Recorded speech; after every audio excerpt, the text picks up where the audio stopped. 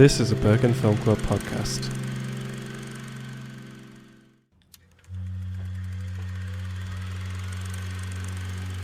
Like an old movie removed from the frame, I am floating and looking for someone to blame.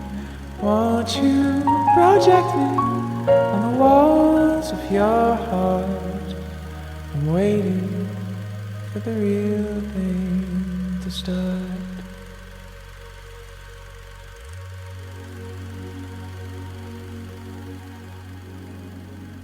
Hello, welcome back to The Real Thing, a podcast that is an extension of Bergen Film Club, where we talk about all of the upcoming amazing cool films and the past films in Bergen Film Club's extensive program of films. I am your host, Joe Lawrence, very glad to be back for another week. And we have a bit of a special episode. Today we're going to be chill. There is some big stuff coming up on the podcast, and I just reached the end of my back catalogue, so this is the first time that I'm recording in about 4 weeks, so nice to be back. But yeah, we've got some really cool episodes coming up in the next couple of weeks, and a lot happening at Bergen Film Club, and a lot happening in film in Bergen. So I just thought that we would take a bit of a chill episode. So we're not going to be talking about a film today, which is crazy, but I will be talking about some films. At Bergen Film Club, this episode is coming out 25th of September. And the films that we are showing this week will be The Taking of Pelham 123, which is one of the last films that BFK hero and BFK now alum Bente Viksnes will ever program. In this film, New York City Transit Police Lieutenant Zachary Garber's workday takes a turn for the worse when 4 men take 18 people hostage on the Pelham 123 train. This movie is a highly underrated, surprisingly funny and subversive take on a heist film. The film is considered to be one of the very best movies to come out of the 1970s. That is a little review written specifically by Bendik, so, you have to trust his opinion, because I have not really found myself in an instance when he has been wrong about a film for me personally. So I'm sure that will be good. October 1st, we are working with the Nordic Labour Film Festival. And I will link to their website in the show notes and in the social media post, so you can go find out. But that's going to be a really exciting event.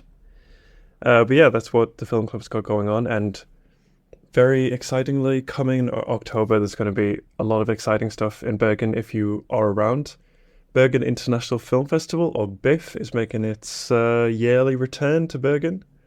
BIFF is Norway's largest film festival. The festival screens a great mix of new feature and documentary films from all around the world. BIFF has a dedicated focus on documentary film, but the audiences have the opportunity to see a number of fiction films, short films, and much, much more. And Bergen Film Club is once again working with them, and it's very exciting. The lineup for BIFF this year is really amazing, and I can't wait to see and talk about some of those films that are going to come out. So definitely, if you are in Bergen from the 18th of October, then there is going to be a whole array of films to go and see, which is going to be awesome.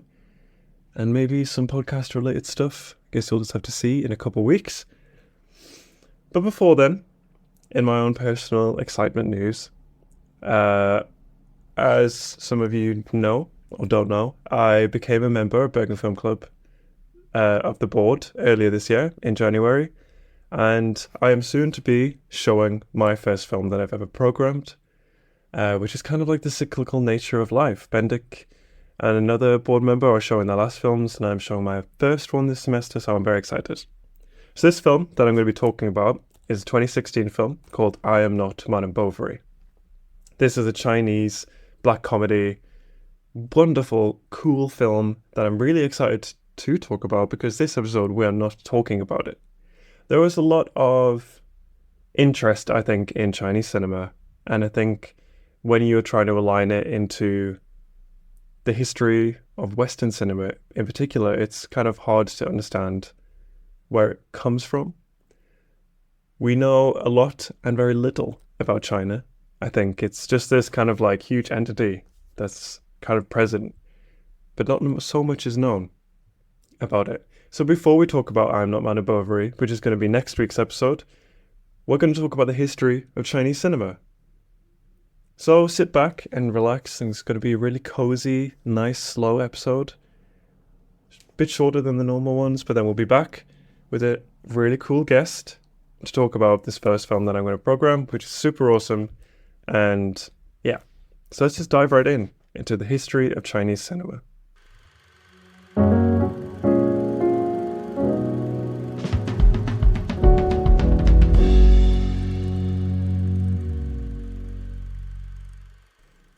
So we're beginning at the turn of the century, 1896, when it all began.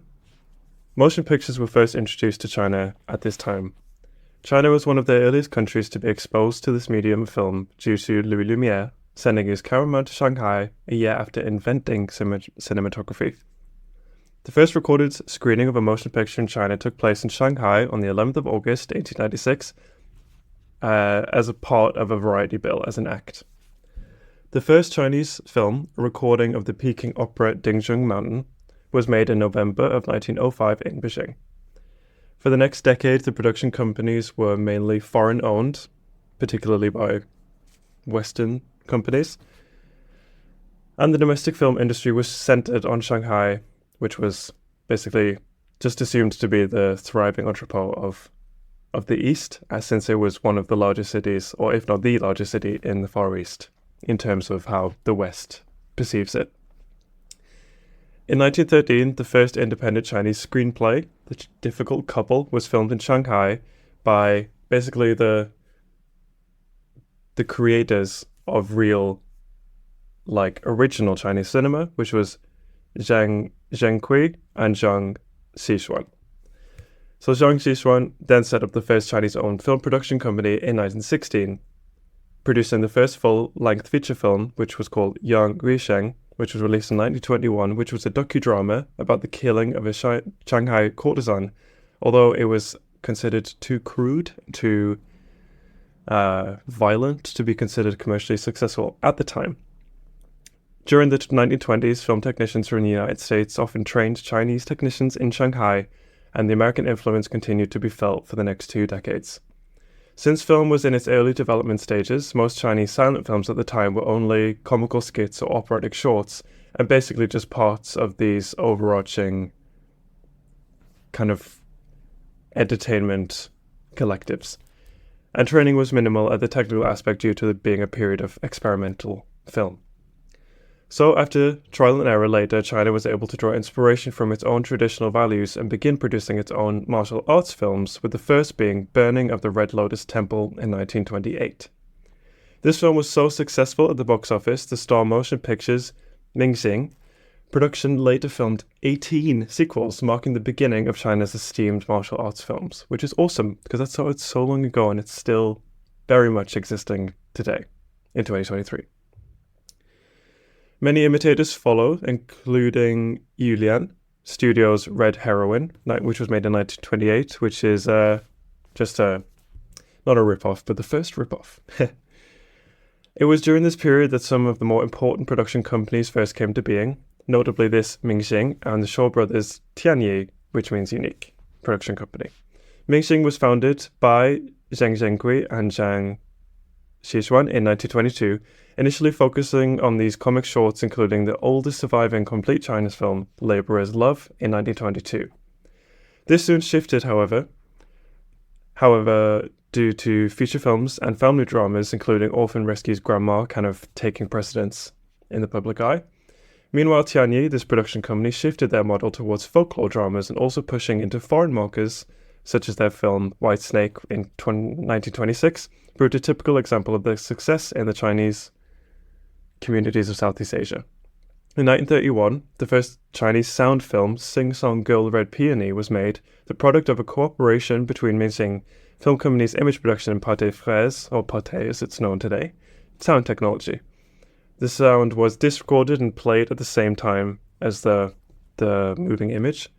The first sound on film talkie made in China was either Spring on Stage by Tianyi or Clear Sky After Storm by Great China Studio and Jinyan Studio. And then came musicals such as Song at Midnight, Street Angels, starring Zhu Juan, who was this very big Chinese actor at the time, and musicals actually became a very popular film genre at this time in China. So this is 1930s kind of time. So whilst this was all happening and time was moving forward, then came the leftist movement in China. You can kind of view Chinese cinema history in a series of epochs, for example, or generations. So we are now in 2023 in the 6th generation, which we'll come to, this is about the first generation that we're still in. So the first truly important quote-unquote Chinese films were produced at the beginning of the 30s with the advent of progressive or left-wing movement like Zheng Buguao's Spring Silkworms and Wu Yongyang's The Goddess. These films were noted for their emphasis on class struggle and external threats such as Japanese aggression, which we will come to, as well on their focus on the common people such as family or silk farmers in Spring Silkworms and a sex worker in The Goddess. In part due to the success of these kind of films, this post-1930 era is now often referred to as the first golden period of Chinese cinema. The leftist cinematic movement often revolves around the Western-influenced Shanghai, where filmmakers portrayed the struggling lower class of an overpopulated city, which would come to change in the future as the focus on certain things changed in China. 3 production companies dominate the market in the early to mid-1930s, the newly formed Lianhua and the older and larger Mingxing and Tianyu. Both Mingxing and Lianhua's leaned left, or like the production team or the management perhaps were more left-leaning, while Tianyu continued to make less socially conscious fare, focusing more on these entertainment kind of films. Throughout the 1930s, the nationalists and the communists struggled for power and control over these major studios, and their influence can be seen in these films and the studios produced during this period, which is the sentiment that will come to be felt a lot stronger in the coming ages.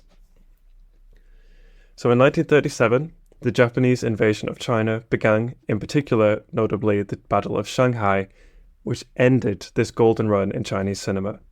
All production companies, except Xinhua Film Company, closed, and many of the filmmakers fled Shanghai, relocating to Hong Kong, the wartime nationalist capital Chongqing, and elsewhere.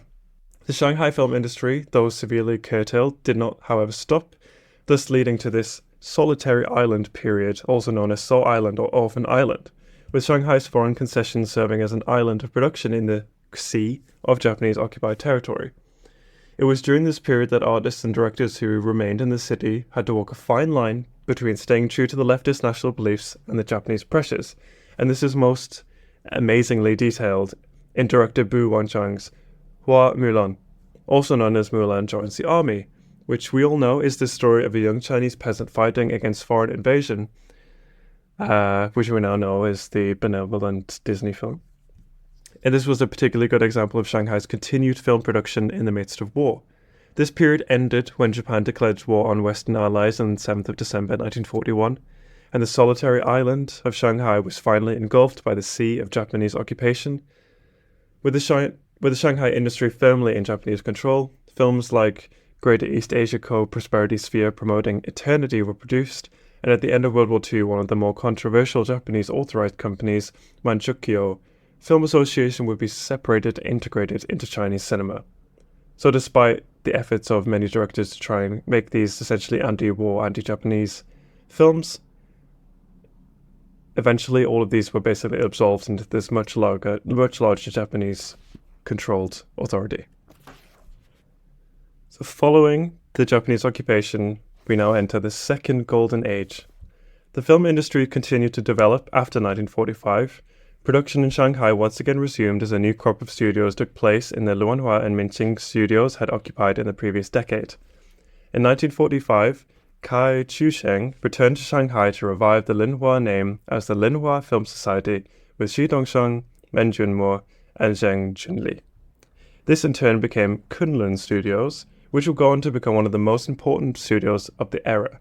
Kunlun Studios merged with 7 other studios to form Shanghai Film Studio in 1949, putting out classics like The Spring River Flows East, Myriad of Lights, Crows and Sparrows, and Wandering of 3 Hares, The Orphan, also known as San Mao, The Little Vagabond. Many of these films show the disillusionment with the oppressive rule of Chiang Kai-shek's Nationalist Party and the struggling oppression of a nation by war. The Spring River Flows East, a 3-hour two-parter directed by Kai Chu-sheng and Zheng Junli, was a particularly strong success. Its depiction of the struggles of the ordinary Chinese during the Second Sino-Japanese War, replete with biting social and political commentary, struck a chord with audience of the time. So it seems like a lot of films of these times, kind of the notion of the government and the way that the China was arranged at the time allowed for these kind of very striking political commentaries, social commentaries, which is something that will become missing in the future in China. Meanwhile, companies like Wenhua Film Company moved away from the leftist tradition and explores the evolution and development of other dramatic genres. Wenhua treated post-war problems in universalistic and humanistic ways, avoiding the family narrative and melodramatic formula. Excellent examples of Wenhua's fare are its first two post-war films, Love Everlasting and Fake Bride, Phony Bridegroom. Another memorable Wenhua film is Long Live the Missus, like Love Everlasting, with an original screenplay by writer Eileen Chang.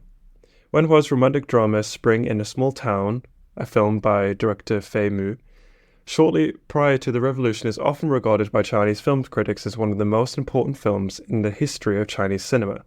In 2005, Hong Kong Film Awards it as the best 100 years of film.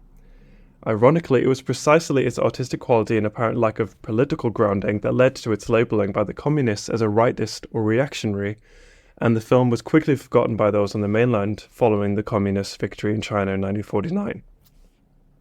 However, with the China Films Archives reopening after the Cultural Revolution, something we'll also come to, a new print was struck from the original negative, allowing Spring of the Small Town to find a new and admiring audience and to influence the entire new generation of filmmakers. Indeed, an acclaimed remake was made in 2002 by Tian Chuangzhuang, a Chinese Peking opera film, A Wedding in the Dream, by the same director, Fei Mu, was the first Chinese color film. Very fun. So now we come to a new era, the communist era, or the early communist era. So at the founding of the People's Republic of China in 1949, there was less than 600 movie theaters in the whole country of China. The government saw motion pictures as an important production art form and basically a tool for mass propaganda. The private studios in Shanghai, including Kunming, Wenhua, Guotai, and Datong, were at first encouraged to make new films. They made approximately 74 new films during the next 2 years, but soon ran into trouble owing the furor over the Kunlun-produced drama The Life of Wu Jun, directed by Sun Yu and starring veteran Zhao Dan. The feature was accused in an anonymous article in People's Daily in 1951 of spreading feudal ideas. After the article was revealed to be penned by Mao Zedong, the Chinese politician, the big cheese of the communist era, the film was banned and a film steering committee was formed to re-educate the film industry, and the private studios were all incorporated into the state-run Shanghai Film Studio. Also in 1951, pre-revolution Chinese films, Hollywood and Hong Kong, were banned. Productions made in these countries were banned. The Chinese Communist Party sought to tighten control over mass media, producing instead movies centering on peasants, soldiers, and workers such as Bridge, The White-Haired Girl, and one of the production bases in the middle of all the transition was the Chuncheon Film Studio. The communist government solves the problem of a lack of film theaters by building mobile projection units which could tour the remote regions of China, ensuring that even the poorest could have access to films.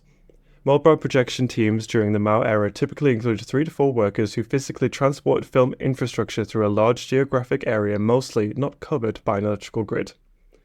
Until the profusion of such teams in the 1950s, most rural people had not seen a film. The number of movie viewers hence increased sharply, particularly bolstered by the fact that film tickets were given out to workers and attendees for free, and that it was compulsory to watch the films, with admissions rising from 47 million in 1949 to 4.15 billion in 1959. By 1965, there was about 20,393 mobile film units. During the course of the Mao era, the majority of films were shown by such units, and only a minority of films were actually watched in theaters. Work as a mobile projectionist was physically and technically demanding. As a result, women projectionists and all women mobile projection teams were promoted in Chinese media as an example of advancing gender equality under socialism or communism. In the 17 years between the founding of the People's Republic of China and the Cultural Revolution, 603 films and 8,342 reels of documentaries and newsreels were produced, sponsored mostly by communist propaganda by the government. For example, in Gorilla on the Railroad, dated 1956, the Chinese Communist Party was depicted as the primary resistance force against the Second Sino-Japanese War.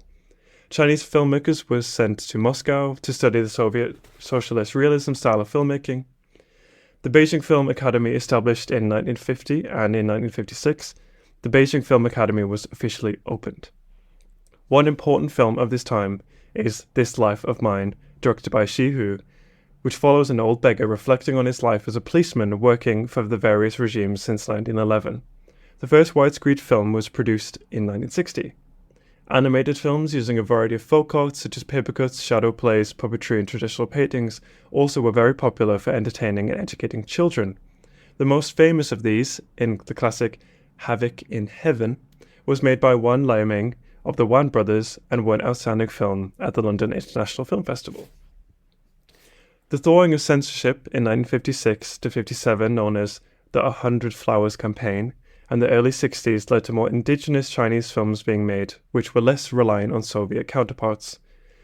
During this campaign, the sharpest criticisms came from the satirical comedies of Lu Ban, Before the New Director Arrives, exposes the hierarchical relationships occurring between the cadres, while his next film, The Unfinished Comedy, was labelled as a poisonous weed during the anti-right movement, and Liu was banned from directing for life. The Unfinished Comedy was only screened after Mao's death. Other noteworthy films produced during this period were adaptations of literary classics such as Sang Hu's The New Year's Sacrifice and Xu Hua's The Lin Family Shop. The most prominent filmmakers of this era were Xi Jin, whose three films in particular, Women Basketball Player No. 5, The Red Detachment of Women, and The Two Stage Sisters, exemplify China's increased expertise at filmmaking during the time. Films made during this period are polished and exhibit high production value and elaborate sets. While Beijing and Shanghai remained the centers of production, between 1957 and the 60s, the government built regional studios in Guangzhou, Xi'an, and Chengdu to encourage representation of ethnic minority in film. Chinese cinema began to directly address the issues such as ethnic minorities during the late 50s and early 60s in films like Five Golden Flowers, Third Sister Louis, Serfs, and Ashima. So now, in the Cultural Revolution, the film industry was severely restricted. Almost all previous films were banned, and only a few new ones were produced, the so-called revolutionary model operas. The most notable of these was a ballet of the revolutionary opera The Red Detachment of Women, directed by Pang Wenquan and Fu Jie in 1970. Feature film production came to almost a standstill in the years of 1967 to 72. Movie production revived after 72 under the strict jurisdiction of the Gang of Four until 1976, when they were overthrown. The few films that were produced during this period, such as 1975's Breaking with Old Ideas, were highly regulated in terms of plot and characterization. And the Gang of Four, if you don't know, was a Maoist political faction composed of the Chinese Communist Party officials. And yeah, they were very controlling and limiting of the time. So now that was the Cultural Revolution. Now we have the Post-Cultural Revolution. In the years immediately following the Cultural Revolution, the film industry again flourished as a medium for popular entertainment. Production rose steadily from 19 features in 1977 to 125 in 1986. Domestically produced films played to large audience, and tickets for foreign film festivals sold quickly. The industry tried to revive crowds by making more innovative and exploratory films like their counterparts in the West. Chinese cinema grew significantly in the late 70s, and in 1979, the annual box office admissions reached a peak of 29.3 billion sold tickets, equivalent to the average of 30 films per person. Chinese cinema continued to prosper into the 1980s, with annual box office admissions standing at 23.4 billion tickets sold, equivalent to 29 films per person. In terms of box office admissions, this period represents the peak of sales in the history of Chinese box office. High ticket sales were driven by low ticket prices, with the cinema ticket typically costing between 0.1 yen and 0.3 yen, which is about 6 American cents and 19 American cents, so very cheap. By the early 1980s, there was 162,000 projection units in China, primarily composed of mobile movie units, which showed films outdoors in both rural and urban areas. A number of films during this period drew box office admissions in the hundreds of millions. China's highest grossing film in the box office admissions was Legend of the White Snake, with an estimated 700 million admissions, followed by In-Laws, Full House of Joy, and The Undaunted Wondang, with more than 600 million ticket sales each. The highest grossing foreign film was the Japanese film Kimi yo Funda no Kawa o Watare, which in 1978 sold more than 330 million tickets, followed by an Indian film Caravan, which released in 1979 and sold about the same. In the late 1980s, the film industry fell on hard times, faced with the dual problems of the competition from other forms of entertainment and a concern on the part of authorities that many of the popular thriller and martial art films were socially unacceptable. In 1986, the film industry was transferred from the Ministry of Culture to the newly formed Ministry of Radio, Cinema and Television to bring under stricter control and management and to strengthen supervision over production. The end of the Cultural Revolution brought the release of scar dramas, which depicted the emotional traumas left behind by this period. The best known of these probably is Xi Jin's Hibiscus Town, although they could see as late as the 1990s with Tian Zhangjiang's The Blue Kite. In 1980s, open criticism of certain past communist policies was encouraged by Deng Xiaoping as a way to reveal the excess of the Cultural Revolution and the earlier anti-rightist campaign, also helping to legitimize Deng's new policy of reform and opening up. For instance, the Best Picture Prize in the inaugural 1981 Golden Rooster Awards was given to two scar dramas, Evening Rain and Legend of Tianyuan Mountain, also made by Xi Jin. Many scar dramas were made by members of the fourth generation whose own careers or lives had suffered during the events in question, with the younger fifth generation directors such as Tian leading to focus on less controversial subjects of the immediate present or the distant past. Official enthusiasm for scar dramas waned by the 90s when younger filmmakers began to confront negative aspects of the Mao era. The Blue Kite, though sharing a similar subject as the earlier scar dramas, was more realistic in style and was made only through obfuscating its real script. Shown abroad, it was banned from release in mainland China, while Tian himself was banned from making films for nearly a decade afterward. After the 1998 Tiananmen Square protests and massacre, few, if any, scar dramas were domestically released in mainland China. So now we're coming into more recent times, which is the rise of the fifth generation, which began in the mid-late 1980s. The rise of this so-called fifth generation of Chinese filmmakers brought increased popularity to Chinese cinema abroad. Most of the filmmakers who made up the fifth generation had graduated from the Beijing Film Academy in 1982 and included Zhang Yimou, Qian Zhuangzhuang, Chen Kaige, Zhang Zhenjiao, Li Xiaohong, and Wu Zhenyao, and many, many others. These graduates constituted the first group of filmmakers to graduate since the Cultural Revolution, and they soon jettisoned traditional methods of storytelling and opted for a more free and unorthodox symbolic approach. After the so-called scar literature and fiction had paved the way for frank discussion, Zhang Zhenguao's One of Eight and Chen Kaige's Yellow Earth in particular were taken to mark the beginning of the fifth generation. The most famous of the fifth generation directors, Chen Kaige and Zhang Yimou, went on to produce celebrated works such as The King of the Children, Judu, Raise the Red Lantern, and Farewell, My Concubine, which were not only acclaimed by Chinese cinema goers but by Western art house audiences. Qian Zhangjiang's films, though less well known by Western viewers, were well noted by directors such as Martin Scorsese. It was during this period that Chinese cinema began reaping the rewards of the international attention, including the 1988 Golden Bear for Red Sorghum and the 1992 Golden Lion for the story of Qiu Ju, the 1993 Palme d'Or for Farewell, My Concubine, and 3 Best Foreign Language Film nominations at the Academy Awards. All these award-winning films starred actress Gong Li, who became the fifth generation's most recognizable star, especially to international audiences.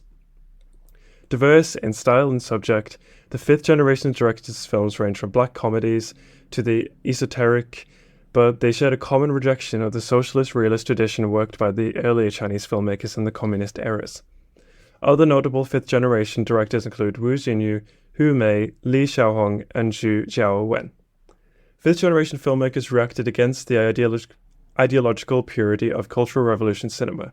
By relocating to regional studios, they began to explore the actuality of local culture in a somewhat documentarian fashion. Instead of stories depicting heroic military struggles, the films were built out of the drama of ordinary people's daily lives. They also retained a political edge, but aimed at exploring issues rather than recycling approved policy. While Cultural Revolution films used characters, the younger directors favoured psychological depth along the lines of European cinema. They adopted complex plots, ambiguous symbolism, and evocative imagery. Some of the bolder works with political overtones were actually banned by Chinese authorities. These films came with the creative genres of stories, new style of shooting as well, directors utilizing extensive color and long shots to present and explore history and structure of national culture. As a result of the new films being so intricate, the films were for more educated audiences than anything. The new style was profitable for some and helped filmmakers to make big strides in the business, and it allowed directors to get away from the reality and show their artistic sense. The fourth generation also returned to prominence, giving their label after the rise of the fifth generation. These directors whose careers were stalled by the Cultural Revolution who were professionally trained prior to 1966. Wu Tianming, in particular, made outstanding contributions by helping to finance major fifth-generation directors under the auspices Shan Film Studio, which he overtook in 1983, while continuing to make films like Old Well and King of the Masks. The fifth-generation movement ended, in part, after the 1989 Tiananmen Square protests and massacre. Although its major directors continued to produce notable works, several of its filmmakers went into self-imposed exile. Wu Tianming moved to the US, but he returned later. Huang Zhanjian left for Australia, while many others went on to television-related work. During a period when socialist dramas were beginning to lose viewership, the Chinese government began to involve itself deeper into the world of popular culture and cinema by creating the official genre of main melody, inspired by Hollywood's strides in musical dramas. In 1987, the Ministry of Radio, Film and Television issued a statement encouraging the making of movies which emphasized the main melody to invigorate national spirit and national pride. The expression main melody refers to the musical term leitmotif, which translates to the theme of our times, which scholars suggest is representative of China's socio-political climate in the cultural context of popular cinema. These main melody films, still produced regularly in modern times, try to emulate the commercial mainstream by the use of Hollywood-style music and special effects. A significant feature of these films is the incorporation of a red song, which is a song written as propaganda to support the People's Republic of China. By revolving the film around the motif of a red song, the film is able to gain traction at the box office as songs are generally thought to be more accessible than a film. Theoretically, once the red song dominates the charts, it will stir an interest in the film which accompanies it, and also the People's Republic of China. Main melody dramas are often subsidized by the state and have free access to government and military personnel. The Chinese government spends between 1 and 2 million RMBs annually to support the production of films in the main melody genre. August 1st Film Studios, the film and TV production of the People's Liberation Army, is a studio that produces main melody cinema. Main melody films, which often depict past military engagements, are often biopics of first-generation CCP leaders, and have won several Best Pictures awards at the Golden Rooster Awards, which is China's own Oscars, I suppose. Some of the more famous main melody dramas include the 10-hour epic Decisive Engagement, directed by Cai Jiawei, Yang Guangwen and Wei Lian, The Opium War, directed by Xi Jin, and The Founding of a Republic, directed by Han Sangpeng and the fifth generation of Huang Zhangjing. The founding of an army was commissioned by the government to celebrate the 90th anniversary of the People's Liberation Army and is the third installment of the Founding of a Republic series. The film featured many young Chinese pop singers that are already well established in the industry, including Li Yingfen, Li Huaran, and Lei Zhang, so as to further the film's reputation as a main melody drama. So now we come to the sixth generation. The post-1990 era has been labelled the return of amateur filmmaking, as the state censorship policies after the 1989 Tiananmen Square protests and massacre produced an edgy underground film movement loosely referred to as the sixth generation. Owing to the lack of state funding and backing, these films were shot quickly and cheaply using materials like 16mm film and digital video, and mostly non-professional actors and actresses producing a documentary feel, often with long takes, handheld cameras, ambient sound. More akin to the Italian neorealism and cinema verite that the often lush, far more considered productions of the fifth generation. Unlike the fifth generation, though, the sixth generation brings a more individualistic, anti-romantic life view and pays far closer attention to the contemporary urban life, especially as affected by disorientation and rebellion and dissatisfaction with China's contemporary social marketing, economic tensions, and comprehensive cultural background. Many were made with an extremely low budget. An example is Jia Zhangke, who shoots on digital film and formerly on 16mm. Wang Xiaoshui's The Days was made for around $10,000, for example. The title and subjects of many of these films reflect the sixth generation's concerns. The sixth generation takes an interest in marginalized individuals and the less representative fringes of society. For example, Zhang Wan's handheld Beijing Bastards focuses on the young youth punk subculture, featuring artists like Kui Jian, Du Wei, and He Yong, frowned upon by many state authorities, while Jia Zhangke's debut film Xiao Wu concerns a provincial pickpocket. As the sixth generation gained international exposure, many subsequent movies were joint ventures and projects within international backers but were made quite resolutely low-key and low-budget. Jia's Platform was funded in part by Takeshi Kitano's production house, while his Still Life was shot on HD video. Still Life was a surprise addition and a Golden Lyre winner of 2006 Venice International Film Festival. Still Life, which concerns provincial workers around the Three Gorges region, sharply contrasts with the works of the fifth-generation Chinese directors like Zhang Yimou and Chen Qiaoge, who were at the time producing House of the Flying Daggers and The Promise. It features no star of international renown and was acted mostly by non-professionals. Many sixth-generation films have highlighted the negative attributes of China's entry into the modern capitalistic market. Li Yang's Blind Shaft, for example, is an account of two murderous conmen in the unregulated and notoriously dangerous mining industry of northern China. Li refused to tag of sixth generation, although admitted he was not fifth generation. While Jia Zhangke's The World emphasizes the emptiness of globalization in the backdrop of an internationally themed amusement park. Some of the more prolific sixth-generation directors to have emerged are Wang Jiaoshui, who made The Days, Beijing Bicycle, So Long My Son, Zhang Wan, Beijing Bastards, East Palace, West Palace, Jia Zhangke, Xiao Wu, Unknown Pleasures, Platform The World, many others, and Liu Ye, Zhujiu River, Summer Palaces.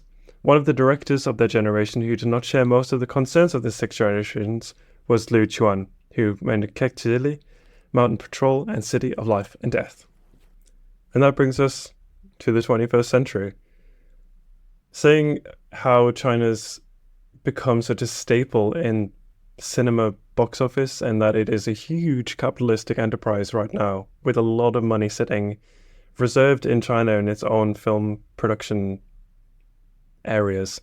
It's really impressive to see where it came from, and despite the huge governmental control and censorship, there still exists artists and directors and writers within this sphere who still press to defy genre and make commentary on their own country and their own government, going against the grain and speaking up for those who deserve a voice, which is really powerful. And I believe that it is definitely something that we will see in I'm Not Madame Bovary when we talk about it next week. But yeah, I hope that you enjoyed this episode. It was super interesting for me to research this, and I'll put the references in the show notes too, along with reference to BIFF and the Nordic Labour Film Festival. But thank you very much for listening, and we'll be back to our regular scheduling and episode form next week. And I hope you've enjoyed and I hope that you've learned a lot. But I've been Joe Lawrence. This has been The Real Thing. Thank you so much for listening. Goodbye.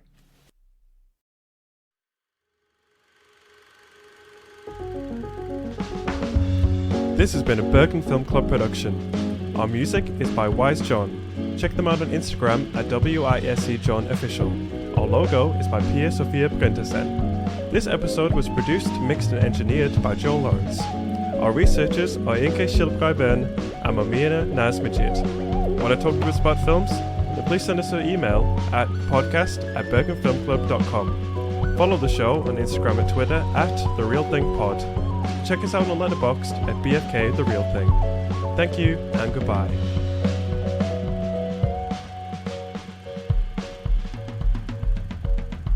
Listen, follow, leave us a review on Spotify, Apple Podcasts, Amazon Podcasts, or wherever it is that you get your podcasts.